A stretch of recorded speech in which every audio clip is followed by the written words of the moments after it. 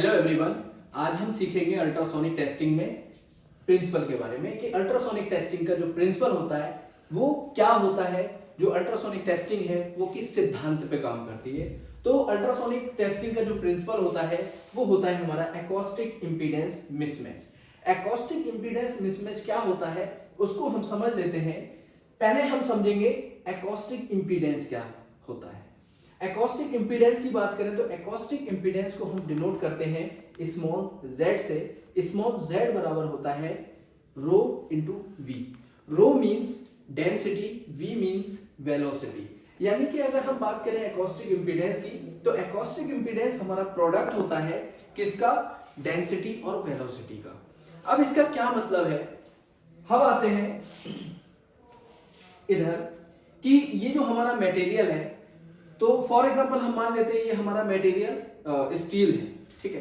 तो इसमें क्या होगा कि स्टील की कुछ ना कुछ डेंसिटी होगी और उस डेंसिटी पे हमें पता है कि जो हमारा यूएफडी है या फिर हम जो अल्ट्रासोनिक टेस्टिंग कर रहे हैं, तो अल्ट्रासोनिक जो टेस्टिंग हम करते हैं इसका मतलब हम मटेरियल के अंदर अल्ट्रासोनिक वेव को भेजते हैं। तो वो वेव हमारी कुछ ना कुछ स्पीड से चलेगी, उनकी कुछ ना कुछ वेलोसिटी होगी। अगर हम इस पॉइंट की बात करें कि यहाँ पर हमारा डिफेक्ट नहीं है, अगर हमारे स्टील में कोई भी डिफेक्ट नहीं है, तो इसका मतलब हर एक पॉइंट पे हमारी डेंसिटी क्या होगी, सेम होगी। जब डेंसिटी सेम होगी तो हर एक पॉइंट पे हमारी जो अल्ट्रासोनिक वेव है वो सेम स्पीड से चलेगी, यानी कि सेम वेलोसिटी से चलेगी। जैसे अगर हम बात करें स्टील की जो वेलोसिटी होती है वो हमारी अमेरिकन स्टैंडर्ड के हिसाब से 5920 मीटर पर सेकेंड होती है अगर हमारी लॉन्गिट्यूडनल वेव चल रही है। और हम जानते हैं कि लॉन्गिट्यूडनल वेव हमारी नॉर्मल या फिर टीआर प्रोब के केस में चलती है। अगर हम वेल्ड स्कैनिंग करेंगे तो वेल्ड स्कैनिंग के केस में हम एंगल प्रोब का यूज करते हैं और एंगल प्रोब में हमारी शेयर वेव चलती है। स्टील के अंदर जो वेलोसिटी होती है वो 3250 मीटर पर सेकेंड होती है। उसको अभी हम और चीजें सीखेंगे आगे कि 5920 मीटर पर सेकंड क्या है, 5890 5850 मीटर पर सेकंड, वो चीजें अभी हम इतना समझ लेते हैं, बाकी हम नेक्स्ट समझेंगे क्योंकि वो चीजें डिटेल में आ गई हैं। तो अगर हमारे मटेरियल में डिफेक्ट नहीं है, जो भी हमारा स्टील है, तो हर एक पॉइंट में हमारी डेंसिटी क्या होगी, सेम होगी। जब डेंसिटी सेम होगी तो हमारी वेलोसिटी भी हर एक पॉइंट पे क्या होगी, सेम होगी। जब हम इस पॉइंट पे एकॉस्टिक इम्पीडेंस निकालेंगे तो हमारा कुछ ना कुछ एकॉस्टिक इम्पीडेंस आएगा, और अगर इस पॉइंट पे हम एकॉस्टिक इम्पीडेंस निकालेंगे तो जो इस पॉइंट पे आएगा वो हमारा एकॉस्टिक इम्पीडेंस इस पॉइंट पे भी आएगा। क्यों? क्योंकि इसमें कोई भी डेंसिटी में चेंज नहीं हो रहा है। जब डेंसिटी में चेंज नहीं हो रहा है तो हर एक पॉइंट पे क्या होगा, हमारा एकॉस्टिक इम्पीडेंस भी सेम होगा। अब फॉर एग्जांपल हमारा यहाँ पर कोई होल है मटेरियल के अंदर, फॉर एग्जांपल 40 mm की डेप्थ पे क्या है, कोई होल है। जब हम इस तरीके से प्रोब को यहां पर लेके आएंगे, ठीक है, जब प्रोब को यहां पर लेके आएंगे तो इसमें से हमारी वेव निकलेंगी। वो वेव हम जानते हैं कि ये जो मटेरियल की जो थिकनेस है उसमें हमें एक वेव मिलती है जिसको हम बैकवॉल इको बोलते हैं या इनिशियल इको भी बोलते हैं। उससे पहले जो भी इको आती है वो हमारी डिफेक्ट की इको होती है। हम समझ रहे हैं कि एकॉस्टिक इम्पीडेंस मिसमैच क्या होता है। तो होगा क्या, जब हम प्रोब को यहां पर रखेंगे तो अगर हम इस पॉइंट पे देखें जहां पर हमारा डिफेक्ट है तो उस पॉइंट पे डेंसिटी क्या हो जाएगी, चेंज हो जाएगी। जब डेंसिटी चेंज हो जाएगी तो कहीं ना कहीं हमारी वेलोसिटी भी क्या हो जाएगी, चेंज हो जाएगी। जब ये दोनों चीजें चेंज होंगी तो हमारा एकॉस्टिक इम्पीडेंस इस पॉइंट पे क्या हो जाएगा, चेंज हो जाएगा। अगर हम दोनों को कंपेयर करें तो इन सारे पॉइंट पे जब हम प्रोब को ऐसे लेके आएंगे तो हमें सिर्फ बैकवॉल इको मिलेगी, उससे पहले कोई भी इको नहीं मिलेगी। और क्यों नहीं मिल रही है, क्योंकि कोई भी डेंसिटी में यहाँ पर चेंज नहीं हो रहा है। जब डेंसिटी में यहाँ पर चेंज नहीं हो रहा है तो हमारा कोई भी एकॉस्टिक इम्पीडेंस चेंज नहीं हो रहा है। लेकिन हम जैसे ही प्रोब को इस पॉइंट पे लेके आएंगे तो इस पॉइंट पे हमें एक इको मिलेगी, कितनी डेप्थ पे मिलेगी, 40 mm पे। जो बैकवॉल इको से पहले जो भी इको मिलती है वो हमारी डिफेक्ट की इको होती है, और ये जो डिफेक्ट की इको आती है वो एकॉस्टिक इम्पीडेंस मिसमैच की वजह से आती है। एकॉस्टिक इम्पीडेंस मिसमैच का मतलब आपको थोड़ा समझ में आ चुका होगा। और क्या होता है कि इन सारे पॉइंट पे हमारा एकॉस्टिक इंपीडेंस क्या है, सेम है, लेकिन इस पॉइंट पे हमारा एकॉस्टिक इंपीडेंस कुछ और है। इसी को हम बोलते हैं कि एकॉस्टिक इंपीडेंस क्या कर गया, मिसमैच कर गया, और इसी वजह से हमें क्या मिलती है, इको मिलती है। इतनी बात क्लियर होगी। सिंपल सा याद रखना है कि एकॉस्टिक इंपीडेंस मिसमैच क्या होता है। हम पहले एकॉस्टिक इंपीडेंस को समझ लेंगे कि ये डेंसिटी और वेलोसिटी का प्रोडक्ट होता है। डेंसिटी और वेलोसिटी इन सारे पॉइंट पर चेंज नहीं हो रही है, तो इसका मतलब एकॉस्टिक इंपीडेंस सारा सेम है। जैसे ही हम यहाँ पर आए तो हमारा यहाँ पर क्या है, डिफेक्ट है। जब डिफेक्ट है तो इसका मतलब डेंसिटी में चेंजेस हो रहे हैं। जब डेंसिटी में चेंज होगा तो हमारी वेलोसिटी भी चेंज हो जाएगी। जब डेंसिटी और वेलोसिटी दोनों चेंज हो जाएंगी तो हम बोलेंगे एकॉस्टिक इंपीडेंस चेंज हो गया। यहाँ पर एकॉस्टिक इंपीडेंस कुछ और है, यहाँ पर एकॉस्टिक इंपीडेंस कुछ और है, तो इसका मतलब इस पॉइंट पे एकॉस्टिक इंपीडेंस क्या करेगा, मिसमैच करेगा। ये इसका प्रिंसिपल होता है। ठीक है, समझ में आया होगा कि जो अल्ट्रासोनिक टेस्टिंग है उसका जो सिद्धांत होता है या किस सिद्धांत पे काम करता है, तो वो होता है हमारा एकॉस्टिक इंपीडेंस मिसमैच। ठीक है, नेक्स्ट हम समझते हैं प्रोब के बारे में। आपको पहले बताए थे कि प्रोब क्या होता है, कितने प्रकार के होते हैं। तो प्रोब को हम ट्रांसड्यूसर के भी नाम से जानते हैं, सर्च यूनिट के भी नाम से जानते हैं। आपसे अगर क्वेश्चन ट्रांसड्यूसर करके हो तो ट्रांसड्यूसर आपको समझ लेना है कि प्रोब ही होता है, या फिर सर्च यूनिट की बात हो तब भी वही चीज है। ठीक है, यानी कि हम प्रोब को दो और नाम से जानते हैं, ट्रांसड्यूसर और सर्च यूनिट के नाम से। पहले लेक्चर में हमने सीखा था कि जो प्रोब होता है वो पीजोइलेक्ट्रिक मटेरियल का बना होता है। पीजोइलेक्ट्रिक मटेरियल पीजोइलेक्ट्रिक इफेक्ट देता है, यानी कि यूएफडी से, ये हमारा जो यूएफडी है ये सिर्फ और सिर्फ इलेक्ट्रिकल सिग्नल को ही सेंस करता है। ये हमें इलेक्ट्रिकल सिग्नल देता है। प्रोब उसको क्या करता है, मैकेनिकल सिग्नल में कन्वर्ट करता है, और वो मैकेनिकल सिग्नल हमारे मटेरियल के अंदर जाते हैं, फिर उससे टकरा के वापस आते हैं, फिर से प्रोब में आएंगे। प्रोब मैकेनिकल सिग्नल को इलेक्ट्रिकल में कन्वर्ट कर देगा, और वो इलेक्ट्रिकल सिग्नल हमें यूएफडी के अंदर इको की फॉर्म में दिखाई देते हैं। तो हम ये तो जानते हैं कि प्रोब के ही द्वारा हमारे मटेरियल में क्या जाती है, वेव जाती है। ठीक है, और कौन सी वेव, अल्ट्रासोनिक वेव। और अल्ट्रासोनिक वेव के बारे में भी आपको पता होना चाहिए कि जो अल्ट्रासोनिक वेव है वो हाई फ्रीक्वेंसी वेव होती है, जिनकी फ्रीक्वेंसी 20,000 हर्ट्ज से अधिक होती है, उन वेव को ही हम अल्ट्रासोनिक वेव कहते हैं। अब आपने सीखा था कि नॉर्मल प्रोब होता है, टीआर होता है और एंगल प्रोब होता है। यानी कि जो प्रोब है वो तीन प्रकार के होते हैं, नॉर्मल प्रोब, टीआर प्रोब और एंगल प्रोब। तीनों में डिफरेंस समझ लीजिए। नॉर्मल प्रोब जो होता है वो सिंगल क्रिस्टल प्रोब होता है, कुछ इस तरीके का प्रोब होता है। अगर हम देखें, ये हमारा नॉर्मल प्रोब है। ठीक है, नॉर्मल प्रोब में एक ही वायर लगता है। इस प्रोब को हम सिंगल क्रिस्टल प्रोब भी बोलते हैं। सिंगल क्रिस्टल प्रोब होता है, इसका मतलब क्या होता है कि एक ही क्रिस्टल से वेव आती है और उसी क्रिस्टल से वेव जाती है।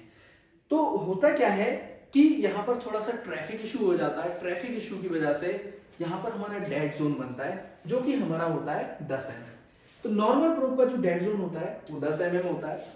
ठीक है, अब डेड जोन का क्या मतलब होता है कि ये जो अगर हमारा यूएफडी है तो होता क्या है कि 10 mm तक इसमें क्या आती है, इको आती है। अब अगर आपके पास में 12 mm 10 mm की प्लेट है तो आप नॉर्मल प्रोब का यूज ना करके दूसरा प्रोब यूज करते हैं, टीआर प्रोब। टीआर प्रोब इसलिए यूज करते हैं क्योंकि इसका जो डेड जोन होता है वो 2 mm होता है, बल्कि अगर हम कहें ये भी वैल्यू कैसी है, नेग्लिजिबल है। ठीक है, तो कम थिकनेस का अगर मटेरियल है तो नॉर्मल प्रोब का यूज नहीं करेंगे, क्योंकि 10 mm तक इको आएंगी और 10 mm की प्लेट है, उसमें 5 mm की डेप्थ पे अगर डिफेक्ट है तो क्या होगा कि इको के अंदर अगर इको आएगी तो हम इंटरप्रिटेशन नहीं कर पाएंगे। और हम चीजें सीखते हैं कि नॉर्मल प्रोब में जो हमारी वेव होती है वो लॉन्गिट्यूडनल वेव निकलती है, सीधी सीधी वेव निकलती है। ठीक है, जिसको हम लॉन्गिट्यूडनल वेव बोलते हैं। अगर हम टीआर प्रोब की बात करें, ये हमारा टीआर प्रोब है, इसमें 2 वायर लगते हैं, एक इधर लगेगा एक इधर लगेगा। यानी कि 2 वायर का मतलब होता है एक वायर से हमारी वेव आती है और एक वायर से वेव जाती है। ठीक है, जैसे नॉर्मल प्रोब हमारा सिंगल क्रिस्टल था, उसी से वेव आ रही है, उसी से, तो आसान सी लैंग्वेज में समझें कि कोई रोड है, उसी से लोग जा रहे हैं, उसी से आ रहे हैं, तो देर में पहुंचने की संभावना होती है। ऐसे ही हमारे नॉर्मल प्रोब में ट्रैफिक इशू होता है, जिस वजह से डेड जोन बनता है। टीआर प्रोब में क्या होता है कि 4 लेन है, एक से लोग जा रहे हैं और एक से आ रहे हैं, तो उसमें क्या है कि कोई भी ट्रैफिक इशू नहीं है, आप आराम से जल्दी घर पहुंच सकते हैं। तो ऐसे ही ये हमारा टीआर प्रोब है। टीआर प्रोब में ये एकॉस्टिक बैरियर होता है, जो हमारा दो क्रिस्टल में क्या करता है, डिवाइड करता है, एकॉस्टिक बैरियर। तो एक साइड से यानी कि एक क्रिस्टल से वेव आएंगी और एक क्रिस्टल से क्या होती है, वेव वापस जाती है। इसका डेड जोन जैसे अभी बताया कि 2 mm होता है, तो आपके पास में 10 mm, 6 mm, 12 mm, 15 mm की प्लेट है, तो आप क्या करेंगे, टीआर प्रोब का यूज करेंगे। अगर हम स्टैंडर्ड की बात समझें, नॉर्मल प्रोब का हम जो यूज करते हैं, अगर हमारे मटेरियल की थिकनेस 50 mm से अधिक है तो हम क्या करेंगे, नॉर्मल प्रोब का यूज करेंगे। अगर हमारे मटेरियल की थिकनेस 50 mm से कम है तो हम क्या करेंगे, टीआर प्रोब का यूज करेंगे। ठीक है। अगर हम नॉर्मल प्रोब और टीआर प्रोब की बात करें, दोनों सीधी सीधी वेव देते हैं, जिसको हम बोलते हैं लॉन्गिट्यूडिनल वेव देते हैं, जो कि हम नॉर्मल प्रोब और टीआर प्रोब का लेमिनेशन चेक करने के लिए यूज करते हैं। लेमिनेशन आपको पहले बताए थे कि लेमिनेशन क्या होता है कि अगर हमारी कोई भी प्लेट है तो जो प्लेन वाला हिस्सा, अगर हमें उसके अंदर के डिफेक्ट को पता करना है तो हम बोलते हैं लेमिनेशन चेक कर रहे हैं। अगर वेल्डिंग के डिफेक्ट को पता करना है तो आप बोलेंगे वेल्ड स्कैनिंग कर रहे हैं। तीसरा जो प्रोब होता है वो हमारा एंगल प्रोब होता है। अगर हम एंगल प्रोब की बात करें तो ये भी हमारा एक सिंगल क्रिस्टल प्रोब होता है, एक ही क्रिस्टल होता है। होता क्या है कि इन दोनों प्रोब में हमें बैकबॉल इको मिलती है। बैकबॉल इको की बात करें तो हमारी कुछ इस तरीके की, जो अभी बताया था ये। लेकिन एंगल प्रोब के केस में हमें कोई भी बैकबॉल इको नहीं मिलती है। क्यों नहीं मिलती है? क्योंकि इस केस में हमारी जो वेव है वो इस तरीके से एक एंगल में निकलती है, जिसको टेक्निकल टर्म में हम शेयर वेव बोलते हैं। शेयर वेव को हम ट्रांसवर्स वेव भी बोलते हैं। होता क्या है, इस केस में हमें बैकबोन इको क्यों नहीं मिलती है? क्योंकि जो हमारी वेव है वो इस तरीके से मटेरियल में आगे की तरफ निकल जाती है। तो एंगल प्रोब के केस में हमें जो बैकबोन इको है वो नहीं मिलती है। अब हम जानते हैं जो हमारा एंगल प्रोब है वो भी हमारे कुछ 3 प्रकार के होते हैं। अगर हम 3 प्रकार की बात करें, जैसे कि पहला हमारा 70 डिग्री का प्रोब होता है, दूसरा हमारा 60 डिग्री का होता है, तीसरा हमारा 45 डिग्री। ये हमारे 3 एंगल प्रोब होते हैं। अब हम किसको कहाँ यूज करें उसको समझ लेते हैं। अगर हम नॉर्मल प्रोब की सिलेक्शन की बात करें तो नॉर्मल प्रोब हम 50 mm से ज्यादा थिकनेस है तो उसके केस में करते हैं। टीआर प्रोब हम 50 mm से कम थिकनेस के मटेरियल के लिए करते हैं। नॉर्मल और टीआर से हमें पता है, याद रखना है, हम लेमिनेशन चेक करते हैं।